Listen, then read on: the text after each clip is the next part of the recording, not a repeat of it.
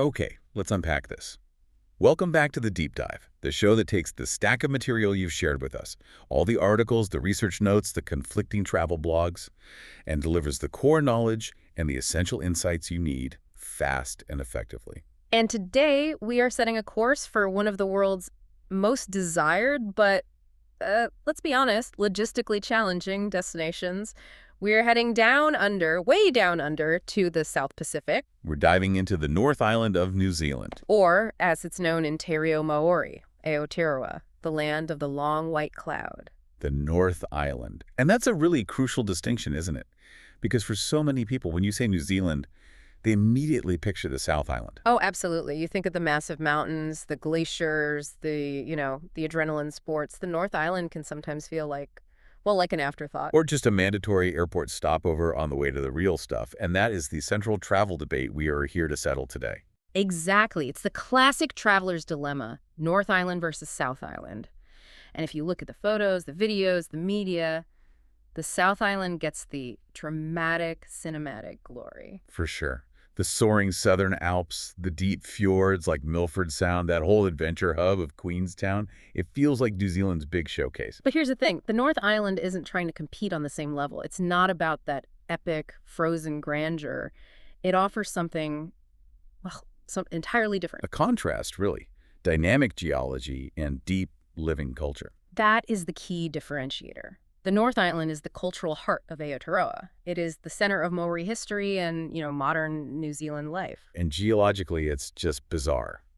In the best way. Completely. It's home to these otherworldly geothermal landscapes. The bubbling mud, the steaming geysers, the incredible colors of the pools, all powered by this active volcanic core right under your feet. Plus, it's got New Zealand's biggest, most bustling, and globally connected city, Auckland. So our mission today is clear. We need to figure out if the North Island is just a logistical gateway to the main event down south, or if it stands as a world-class destination in its own right, a place that demands a dedicated multi-week journey. And we're covering everything. We're talking about the agonizing logistics of getting there, where to stay, what to eat, and every single must-do activity from the city hustle of Auckland to the strange beauty of Rotorua and the Coromandel. We're going to give you the comprehensive breakdown so you can move past the travel cliches and decide if this vibrant, complex, and unique destination is right for your next deep dive adventure. Get ready to load up your itinerary. Let's start with the hard reality, though, the practicalities of travel. Because before you can stand in awe of a cave full of glowing worms or dig your own hot tub on a beach, you have to actually get there. And that requires some serious planning. It really does. The commitment starts the moment you even think about booking a ticket. What's fascinating here is that the sheer distance shapes everything. The primary, almost universal entry point for any international traveler is going to be Auckland International Airport, AKL. It's the nation's largest, the big hub. And the reality of that journey just... It can't be overstated. We are not talking about a quick hop across the pond. Not at all. If you're flying in from, say, the U.S. West Coast, you are looking at a bare minimum of 12 to 13 hours in the air, often overnight. And from Europe or the East Coast, you're adding significant layovers. Oh, yeah. You're connecting through Dubai or Singapore or maybe Dallas. You are easily pushing 24 hours of total travel time, sometimes more. It is a serious physical and mental long haul. And that immediately impacts the first couple of days of your trip, doesn't it? Absolutely. The sources strongly suggest budgeting for at least 1, if not 2, full decompression days in Auckland, just to recover from the jet lag before you even think about getting behind the wheel. People often overlook that. They just want to hit the ground running. And it's a mistake. You'll be exhausted. And speaking of planning, here is the critical financial advice we pulled from everything we read. Scheduling and timing are everything. This is the big one.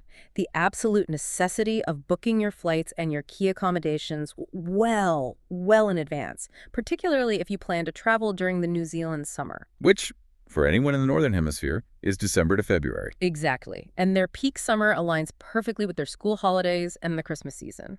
The sources warn that during this period, prices for flights and popular hotels, they become eye-watering. We're talking double the cost of the shoulder season, right? Potentially. Double what you'd pay in, say, March, May, or September, November.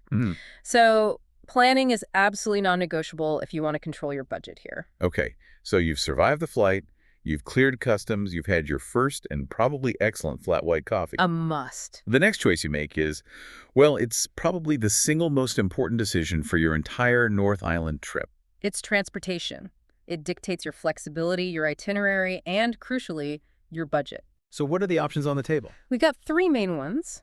The first, which we should acknowledge for, the student or the dedicated backpacker, is the intercity buses. They're affordable. And they're fine if you're sticking just to the big hubs, right? Auckland, Hamilton, Rotorua. Exactly. But, and this is a huge but, for the listener who wants to truly experience the depth of the island, the bus means you sacrifice the very thing that makes a New Zealand trip special. Freedom. The freedom. You miss those hidden beaches the material talks about, the spontaneous roadside farm stalls selling fresh cherries, or that perfect unplanned photo op with a flock of sheep blocking the road. Which will happen. It will happen. The magic really happens between the cities. So for most of us, it comes down to the great New Zealand road debate. The rental car versus the iconic camper van. Okay, let's start with the rental car. The sources seem to highly recommend this for trips that are, say, 1 to 2 weeks long. They do. And its main advantage is its nimbleness. A car is just significantly easier to drive on those famously winding, narrow, and hilly New Zealand roads.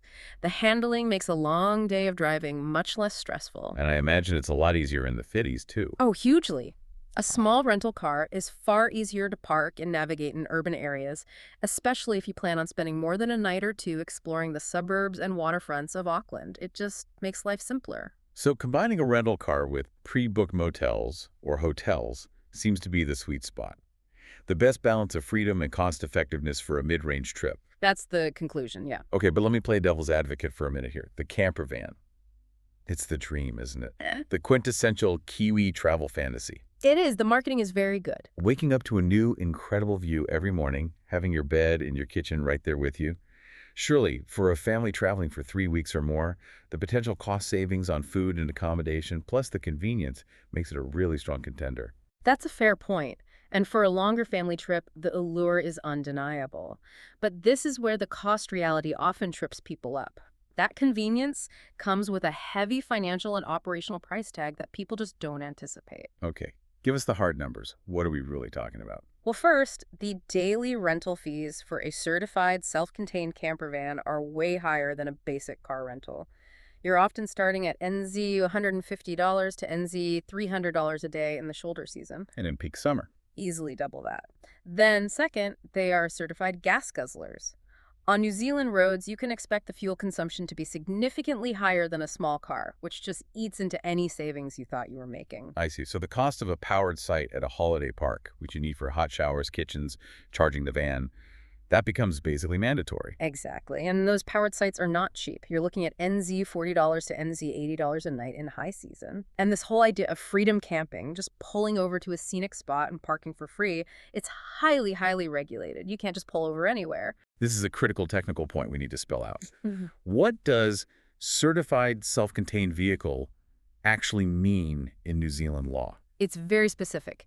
It means the vehicle has to have the capacity to hold its own wastewater and fresh water for 3 days, and crucially, it has to have a toilet that can be used inside the vehicle, even with the bed made up. So if your rental van doesn't have that official blue sticker, you face heavy fines for parking outside of designated parks, and many of the most accessible, most beautiful scenic spots explicitly prohibit non-certified vehicles. So that initial projected saving on accommodation just evaporates when you factor in the high rental fees, the extra fuel, and the mandatory site fees. It really does. The camper van can be high cost, a huge hassle in cities, and it's legally restricted unless you pay for a premium model. It sounds like the rental car, coupled with the flexible accommodation we're about to discuss, is just the smarter play for maximizing freedom and minimizing the stress. We definitely stand by the rental car recommendation. It gives you the flexibility to chase that road trip spontaneity without the heavy baggage of a larger vehicle. And speaking of driving,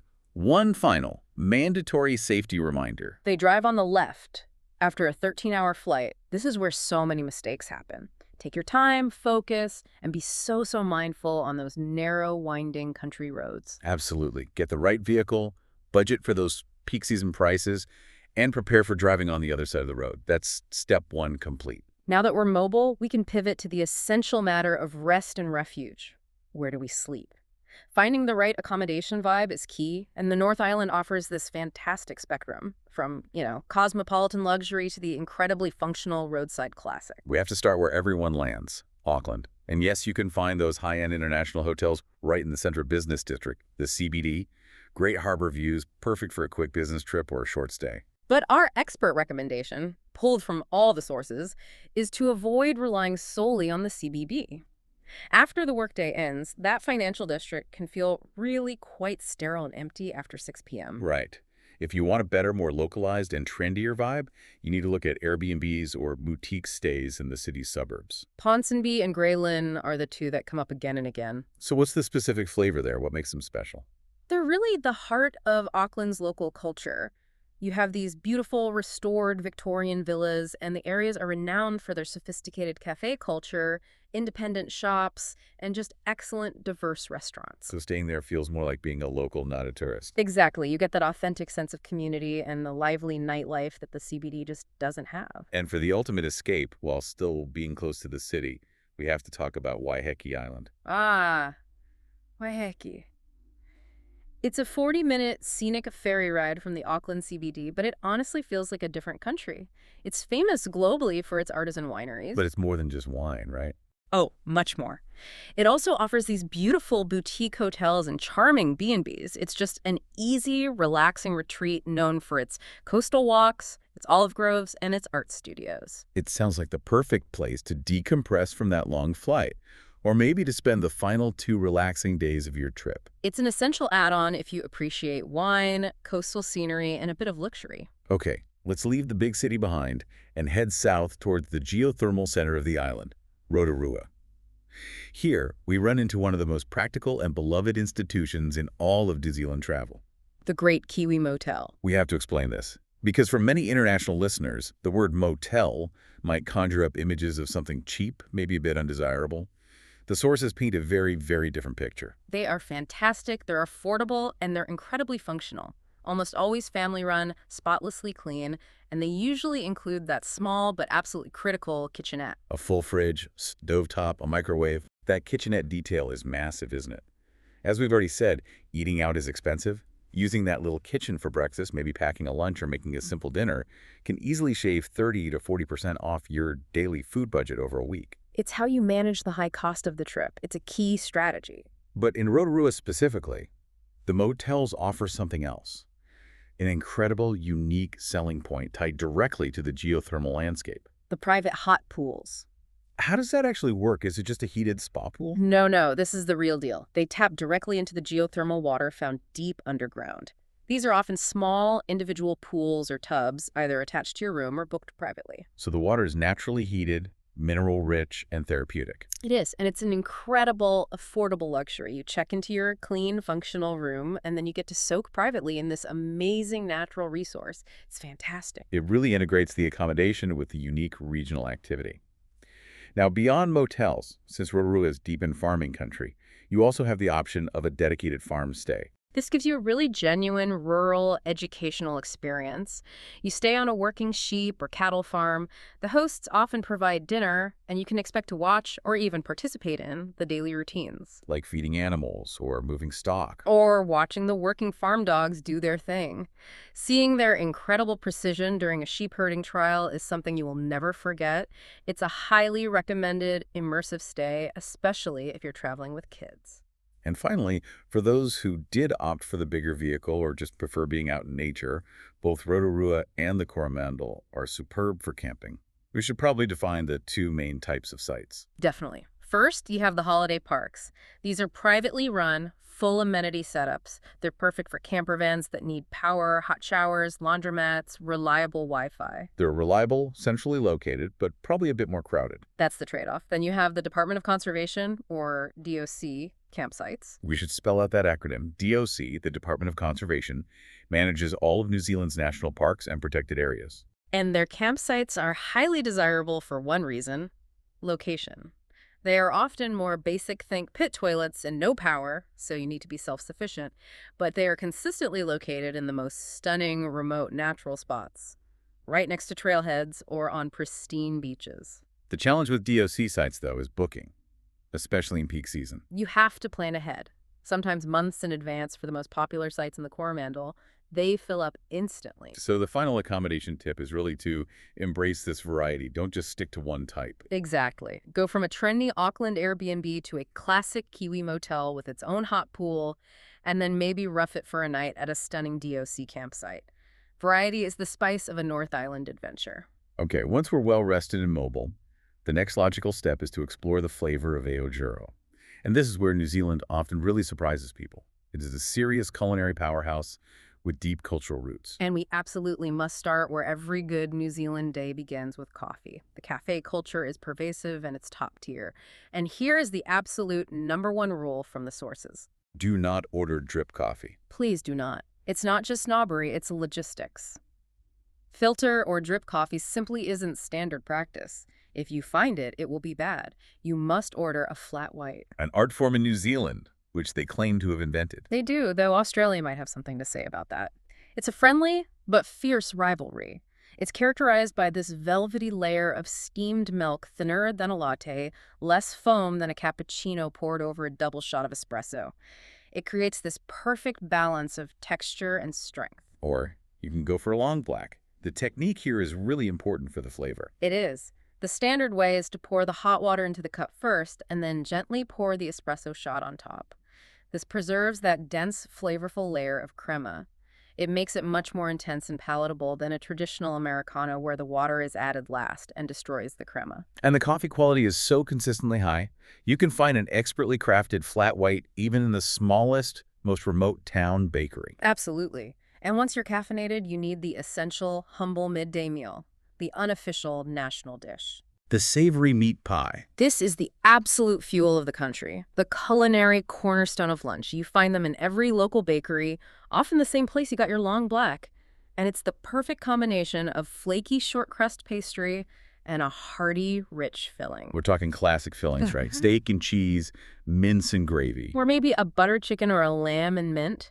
It's presented not as fast food, but as this high-quality, essential cultural experience. Forget the fancy sit-down lunch, go for the pie. But for a truly foundational and unforgettable cultural meal, especially while you are in Rotorua, you absolutely have to experience the hangi. This requires a major deep dive. The hangi is the traditional Māori cooking method. It is a direct connection to the land and to ancient techniques. So let's unpack the process itself, because it's spectacular. And complex. It really is. So first, the term hangi refers to both the method and the meal you get at the end. The process begins with digging a pit in the earth. And this pit isn't just a hole, it's a carefully prepared oven. And then comes the fire. A large, fierce fire is built over the pit.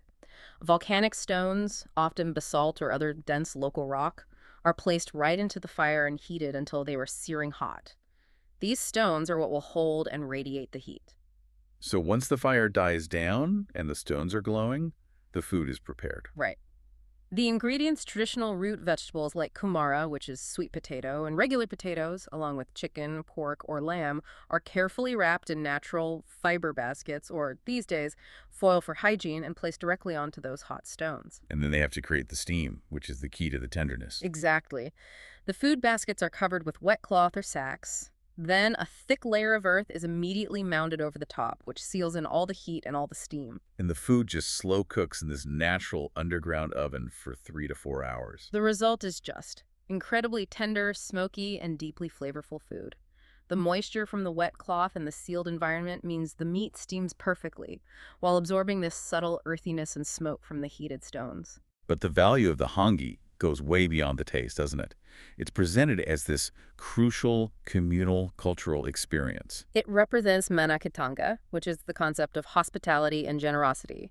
You typically experience it as part of an evening show at Māori cultural villages, where the tradition, the history, and the presentation of the food are all explained in detail. It is an evening well worth the investment. Moving beyond the traditional, the sources confirm that the broader culinary scene is just defined by freshness and seasonality. New Zealand lamb is famous globally for a reason, and the seafood, especially green-lipped mussels and crayfish, is exceptional because the waters are so pristine. And thanks to immigration and its proximity to Asia and the Pacific, Auckland's food scene in particular is incredibly dynamic. World-class fusion and authentic Pacific Rim cuisine. And we can't forget the world-class wine. Beyond Waiheke Island near Auckland, which is famous for its Bordeaux-style blends and Syrah, the North Island also has Hawke's Bay on the east coast. And Hawke's Bay is known for its spectacular red blends. Internationally renowned for them, specifically Merlot Cabernet Franc and its sophisticated Syrah. A vineyard lunch overlooking the vines in either Waiheke or Hawke's Bay is an essential high-end experience you should budget for. Okay, but we have to end the food section with the necessary dose of reality. We had to reiterate the strong word of caution on cost. The sources are very clear on this. New Zealand is expensive. Eating out is a major drain on the budget. A simple pub meal for one can easily set you back NZ $25 to NZ $35 for just a main course. And a mid-range dinner for two with one glass of wine, you can easily top NZ $100. This is precisely why that advice on accommodation, the kitchenette in the Kiwi motel, the simple elegance of the humble meat pie for lunch, becomes a critical strategy for making this trip financially viable. Absolutely. You have to mix the high end with the budget savvy. Okay, the journey is funded, fueled, and booked. Now let's pivot entirely to the experiences that fundamentally define the North Island. Section 4, the core journey unpacking the must-do activities. And our journey begins where we landed, in Auckland, the city of sails. Because travelers are often so keen to rush south, Auckland's unique offerings often get missed, but its magic is so tied to the water. That is the non-negotiable part of the Auckland experience, isn't it? You have to get on the water to truly understand why it's called the City of Sails. You do. And the options are varied and fantastic. You could take the ferry to Waiheke for that wine tasting and those coastal hikes we talked about. Or for the nature enthusiast, take a ferry to Ranchado Island. Which is this nearly perfect conical volcano covered in native bush. It offers a spectacular hike to the summit with 360-degree views back towards the city skyline. It's a great way to work off the jet lag. And for those who want the true sailing experience, you can even get on an old America's Cup yacht for a hands-on sailing trip on the harbor. But if you'd prefer to stay on land, you really need to hike up one of the city's many volcanic cones. Mount Eden, or Maunga Wao, is a great choice. These are the city's highest natural points, and they offer these unparalleled panoramic views that make you really understand the geology of the city. A series of dormant, grass-covered volcanoes just scattered among the suburbs. It's unique. And we shouldn't forget the West Coast beaches, like Piha. They're easily accessible from the city, and they feature this dramatic black sand from the volcanic minerals. It's a stark visual contrast to the golden sand beaches we'll find later. But as we said, Auckland is just the jumping-off point. The real magic begins a couple of hours south when we reach the Waitomo Caves. On the surface, Waitomo is just rolling green hills, classic, picturesque New Zealand farmland. But underneath those hills, a whole other universe, one defined by near-total darkness and this soft, ethereal light. We are talking, of course, about the Waitomo glowworm caves. I know some listeners might be skeptical. How impressive can some glowing worms truly be? But the experience is consistently described as one of the most magical, surreal sights in the world. We should get into the science of it a little. The glow is produced by the larval stage of a specific fly, Arachnocampa luminosa. It's not just light, it's bioluminescence. And the glow itself, that pale blue-green light, the larvae use it to attract tiny insects, which get caught in these sticky, shimmering silk threads that hang down from the cave ceiling. It's a beautiful trap. And the really magical part is the atmosphere created during the boat tour. You are floating through this cavern in absolute darkness and complete silence. Except for maybe the gentle drip of water. You look up, and the entire ceiling is illuminated by thousands upon thousands of these blue-green lights. It's like the entire Milky Way has descended into this subterranean world just for you. The quality of that light, produced by this tiny creature, is just breathtaking and deeply, deeply memorable. And for those seeking maximum thrill, Waitomo also offers the alternative, black water rafting. This involves wearing a thick wetsuit and an inner tube, and floating, climbing, and leaping through the cave systems and underground rivers. You're jumping off small, subterranean waterfalls, navigating tight passages, all with just a headlamp. It turns this serene natural wonder into a full-contact, cold-water adventure sport. It's exhilarating, for sure, but definitely for the physically fit and the thrill seeker. Both options are incredible, and both are globally unique. You absolutely cannot skip Waitomo. From this silent, dark, glowing world, we head east to a destination that announces itself with a very different sensory experience. Rotorua. And yes, we have to address the smell factor immediately. Due to the intense geothermal activity, the steam vents, the mud pools, the hot springs, there is a pervasive sulfurous aroma. It's often likened to rotten eggs. We can give the chemical context here. The smell is caused by the release of hydrogen sulfide gas, HES, as the superheated geothermal water and steam escape from the Earth's crust. It's just an unavoidable part of the experience. But the sources are reassuring. Visitors typically get used to it and stop noticing the smell within about 15 minutes of arriving. It's a small price to pay for this incredible alien-looking landscape. And what's fascinating is how this raw power is just integrated into daily life. Like those geothermal-fed private hot pools in the motels. It's a resource they live with and use every single day. There are two essential geothermal parks we need to differentiate. First up is Waiotapu. Waiotapu is probably the most visually dramatic park. It's known for the Lady Knox geyser, which erupts daily at 10:15 a.m. But that one's not entirely natural, is it? No, a small soap solution is added to break the surface tension, ensuring a punctual show for the tourists.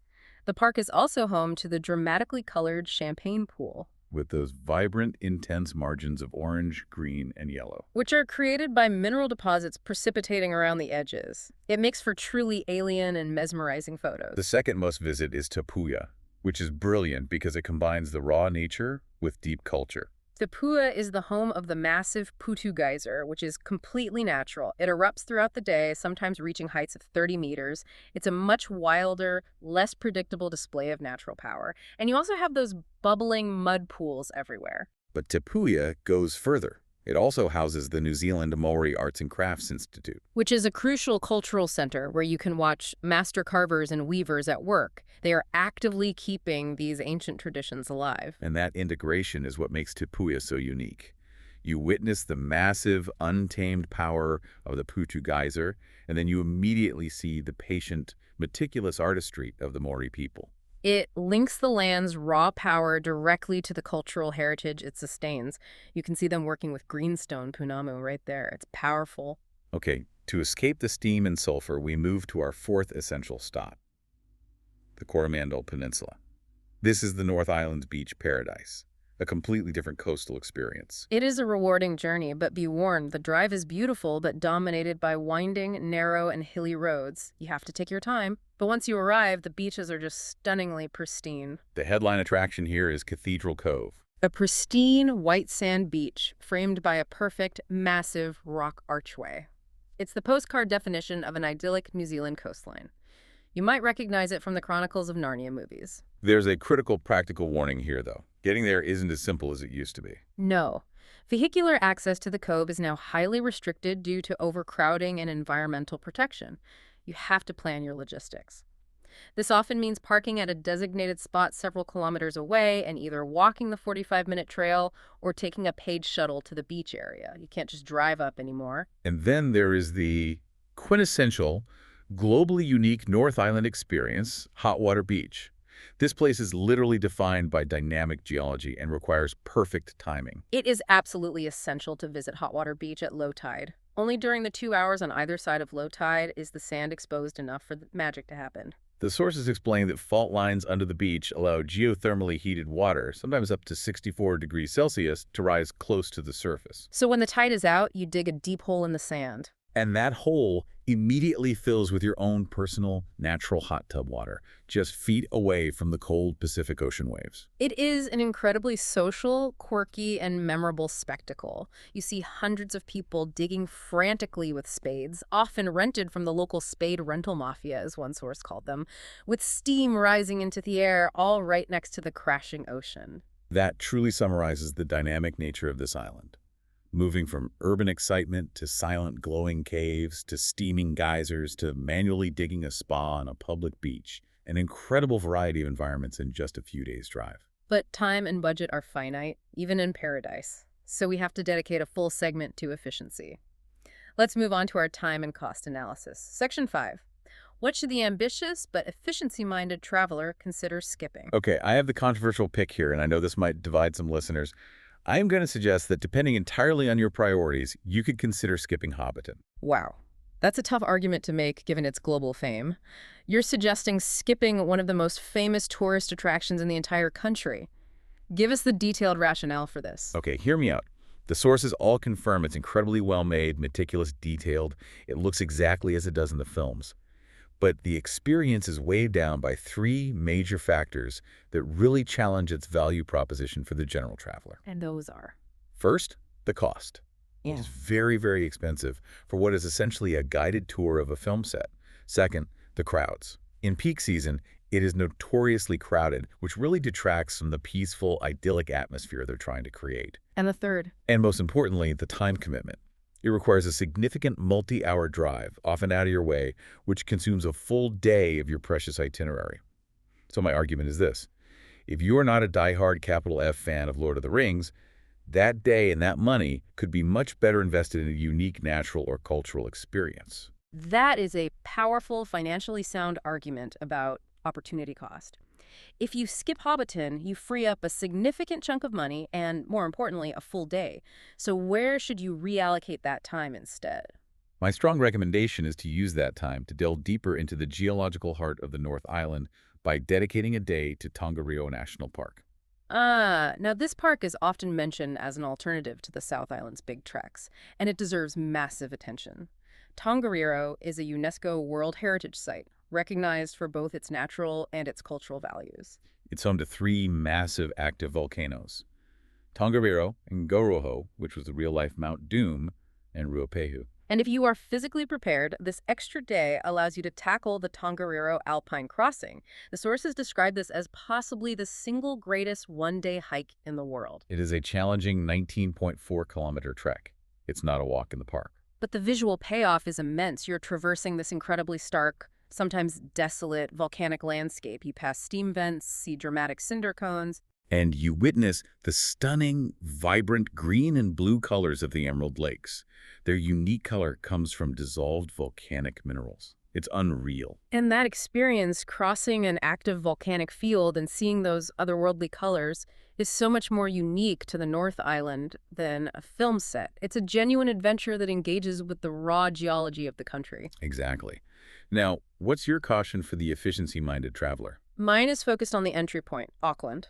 I would argue for avoiding the generic tourist traps that you can find in any major international city. Such as? The sources mention the generic harbor cruises, the big red hop-on, hop-off bus tours, or any museum that lacks a specific Aotearoa focus. Auckland is a beautiful city, but its magic is not in its generalized city center attractions. Its magic is in its unique relationship with the water and its surrounding volcanic landscapes. Precisely. The recommendation is to use Auckland efficiently as your gateway, as your logistical hub, but not necessarily as the main event.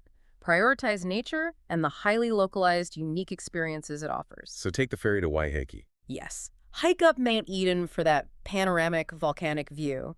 And definitely drive out to explore the distinct black sand beaches on the West Coast. Just don't waste a precious travel day doing something that lacks that unique, non-exportable Aotearoa flavor. Harsh but fair advice. Skip the generic, prioritize the unique and the geologically extreme. That's a solid guiding principle for the whole trip. Okay, now that we've covered the logistics, the costs, the must-dos, and what to skip, it is time to synthesize the real vibe of the North Island and deliver our final verdict.